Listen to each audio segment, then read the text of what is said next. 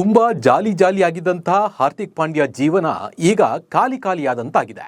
ಟಿ20ಯಲ್ಲಿ ಮಿಂಚುತ್ತಿದ್ದ ಪಾಂಡ್ಯ ಗ್ರಹಚಾರವೇ ಸರಿ ಇದ್ದಂತೆ ಕಾಣ್ತಾ ಇಲ್ಲ. ಟಿ20 ವಿಶ್ವಕಪ್ ಗೆದ್ದಾಗ ಮಹಿಕಾ ಶರ್ಮಾ ಜೊತೆ ಮೈದಾನದಲ್ಲೇ ಉರುಳಾಡಿದ ಮೇಲೆ ಪಾಂಡ್ಯ ಲಕ್ ಕೈ ಕೊಟ್ಟಂತೆ ಕಾಣ್ತಾ ಇದೆ. ಅಲ್ಲಿ ತನಕ ತಾನು ಮುಟ್ಟಿದ್ದಲ್ಲ ಚಿನ್ನ ಅನ್ನೋ ರೀತಿಯಲ್ಲಿತ್ತು ಹಾರ್ದಿಕ್ ಪಾಂಡ್ಯ ಲೈಫ್.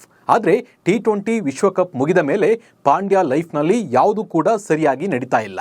ಅದು ಯಾಕೆ ಅನ್ನೋ ಕಂಪ್ಲೀಟ್ ಮಾಹಿತಿಯನ್ನು ನಿಮಗೆ ನೀಡ್ತಾ ಹೋಗ್ತೀನಿ. ನಾನು ನಿಮ್ಮ ಶಿವರಾಜ್ ಬಾಣಂಕಿ. ನೀವು ಸುದ್ದಿಯಾನದ ಸಬ್ಸ್ಕ್ರೈಬರ್ ಆಗೋದನ್ನು ಮರಿಬೇಡಿ.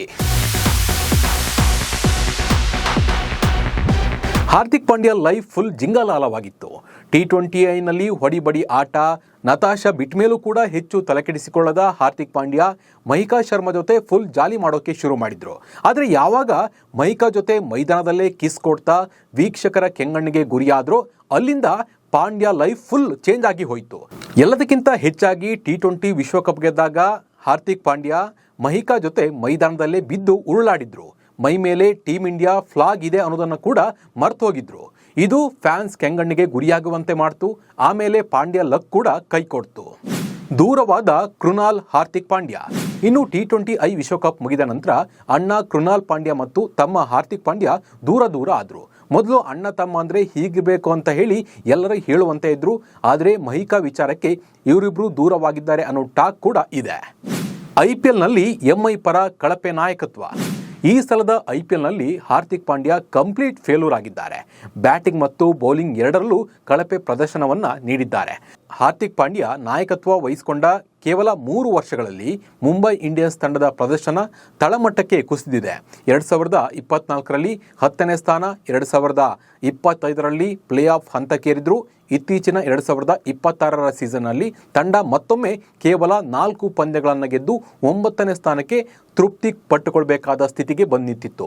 ಇದರೊಂದಿಗೆ ನಾಯಕನಾಗಿ ಮತ್ತು ಆಟಗಾರನಾಗಿ ಹಾರ್ದಿಕ್ ಪಾಂಡ್ಯ 206 ರನ್ ಮತ್ತು 4 ವಿಕೆಟನ್ನು ತೆಗೆದಿದ್ದು, ಈ ಬಾರಿ ಕೂಡ ಸಂಪೂರ್ಣ ವಿಫಲರಾಗಿದ್ದಾರೆ ಹಾರ್ದಿಕ್ ಪಾಂಡ್ಯ IPLನಲ್ಲಿ. ಹೀಗಾಗಿ ಮುಂಬರುವ ಸೀಸನ್ಗೂ ಮುನ್ನ ಪಾಂಡ್ಯರನ್ನ ಮುಂಬೈ ಇಂಡಿಯನ್ಸ್ ಕೈಬಿಡುವ ಸಾಧ್ಯತೆ ಕೂಡ ಹೆಚ್ಚಿದೆ. ಹಿರಿಯ ಆಟಗಾರರ ಜೊತೆ ಹಳಸಿದ ಸಂಬಂಧ. ಹಾರ್ದಿಕ್ ಪಾಂಡ್ಯ ಅವರು ಕೇವಲ ಮೈದಾನದಲ್ಲಿ ಮಾತ್ರವಲ್ಲದೆ ಡ್ರೆಸ್ಸಿಂಗ್ ರೂಮ್ನಲ್ಲಿಯೂ ತೀವ್ರ ಸವಾಲುಗಳನ್ನು ಎದುರಿಸ್ತಾ ಇದ್ದಾರೆ. ಸತತ ಸೋಲುಗಳು, ಅಭಿಮಾನಿಗಳಿಂದ ಎದುರಾದ ಟೀಕೆಗಳು ಮತ್ತು ತಂಡದ ಕೆಲವು ಹಿರಿಯ ಆಟಗಾರರಿಂದ ಸರಿಯಾದ ಸಹಕಾರ ಸಿಗದೇ ಇರುವುದು ಹಾರ್ದಿಕ್ ಅವರನ್ನು ತೀವ್ರ ಮಾನಸಿಕ ಒತ್ತಡಕ್ಕೆ ದೂಡಿದೆ. ಹೀಗಾಗಿ IPL ಸೀಸನ್ನ ಮಧ್ಯಭಾಗದಲ್ಲೇ ಹಾರ್ದಿಕ್ ಪಾಂಡ್ಯ ತಂಡದಿಂದ ಹೊರ ಹೋಗುವ ಇಚ್ಛೆಯನ್ನು ಕೂಡ ಮ್ಯಾನೇಜ್ಮೆಂಟ್ಗೆ ತಿಳಿಸಿದ್ರು ಎನ್ನಲಾಗ್ತಾ ಇದೆ. ಇನ್ನು ಸೂರ್ಯಕುಮಾರ್ ಯಾದವ್ ಮತ್ತು ಜಸ್ಪ್ರೀತ್ ಬೂಮ್ರಾ ಅವರಂಥ ಹಿರಿಯ ಆಟಗಾರರೊಂದಿಗೆ ಹಾರ್ದಿಕ್ ಅವರ ಸಂಬಂಧ ಚೆನ್ನಾಗಿಲ್ಲ ಅನ್ನೋ ಚರ್ಚೆಗಳು ಕೂಡ ಸೋಷಿಯಲ್ ಮೀಡಿಯಾದಲ್ಲಿ ನಡೀತಾ ಇದೆ. ಟಿ20 ಸರಣಿಯಿಂದ ಹಾರ್ದಿಕ್ ಔಟ್. ಇಂಗ್ಲೆಂಡ್ ಮತ್ತು ಐರ್ಲೆಂಡ್ ವಿರುದ್ಧದ ಟಿ20 ಸರಣಿಗೆ ಹಾರ್ದಿಕ್ ಪಾಂಡ್ಯ ಅವರನ್ನು ಆಯ್ಕೆ ಮಾಡಿಲ್ಲ. ಯಾಕಂದರೆ BCCI ಇವರ ಕೆಲಸದ ಒತ್ತಡದ ನಿರ್ವಹಣೆ ಮತ್ತು ಫಿಟ್ನೆಸ್ ಕಾಳಜಿಯಿಂದಾಗಿ ಇವರಿಗೆ ಈ ಸರಣಿಯಿಂದ ವಿಶ್ರಾಂತಿಯನ್ನು ನೀಡಲಾಗಿದೆ.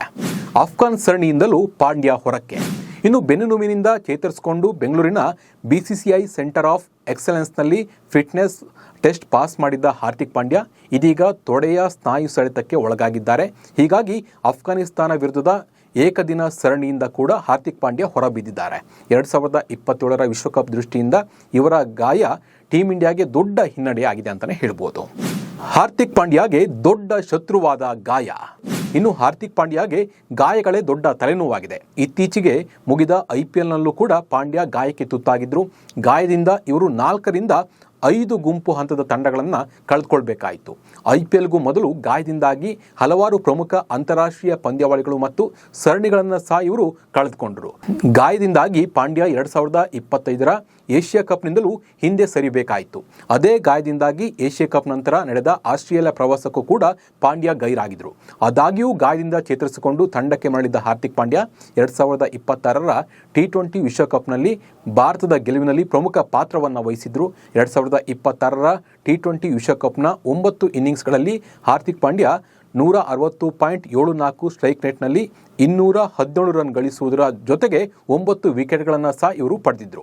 ಇದೀಗ ಹಾರ್ದಿಕ್ ಪಾಂಡ್ಯ ಮತ್ತೆ ಗಾಯಕ್ಕೆ ತುತ್ತಾಗಿದ್ದು ಚೇತರಿಕೆಯ ಹಾದಿಯಲ್ಲಿ ಇದ್ದಾರೆ. ಇನ್ನು 2027ರ ಏಕದಿನ ವಿಶ್ವಕಪ್ ಅನ್ನು ಗಮನದಲ್ಲಿಟ್ಟುಕೊಂಡು ಆಯ್ಕೆದಾರರು ಹಾರ್ದಿಕ್ ಅವರನ್ನು ಟಿ20 ಕ್ರಿಕೆಟ್ನಿಂದ ದೂರ ಇಟ್ಟಿದ್ದಾರೆ. ಈಗ ಅಫ್ಘಾನ್ ಸರಣಿಯಿಂದಲೂ ಕೂಡ ಗಾಯದಿಂದ ಹೊರಬಿದ್ದಿದ್ದಾರೆ. ಒಟ್ಟಿನಲ್ಲಿ ಜಾಲಿಯಾಗಿದ್ದ ಪಾಂಡ್ಯ ಲೈಫ್ ಈಗ ಒಂಥರ ಖಾಲಿ ಆಗಿದೆ ಅಂತಲೇ ಹೇಳ್ಬೋದು. T20 ವಿಶ್ವಕಪ್ ನಂತರ, ಅದರಲ್ಲೂ ಮಹಿಕಾ ಜೊತೆಗಿನ ಸುತ್ತಾಟದ ನಂತರ ಅವರ ಲಕ್ ಕೈ ಕೊಟ್ಟಿದೆ ಅಂತಲೇ ಹೇಳ್ಬೋದು. IPLನ ಕಳಪೆ ಫಾರ್ಮ್ನಿಂದ ಹೊರಬಂದು ಟೀಮ್ ಇಂಡಿಯಾದಲ್ಲಿ ಅಬ್ಬರಿಸಬೇಕು ಎನ್ನುವಾಗ ಗಾಯದ ಸಮಸ್ಯೆ ಪಾಂಡ್ಯಗೆ ಬಿಟ್ಟು ಬಿಡದೆ ಕಾಡ್ತಾ ಇದೆ. ಇದರ ಬಗ್ಗೆ ನಿಮ್ಮ ಅನಿಸಿಕೆ ಮತ್ತು ಅಭಿಪ್ರಾಯವನ್ನು ಕಾಮೆಂಟ್ ಮೂಲಕ ತಿಳಿಸಿ. ನಮಸ್ಕಾರ.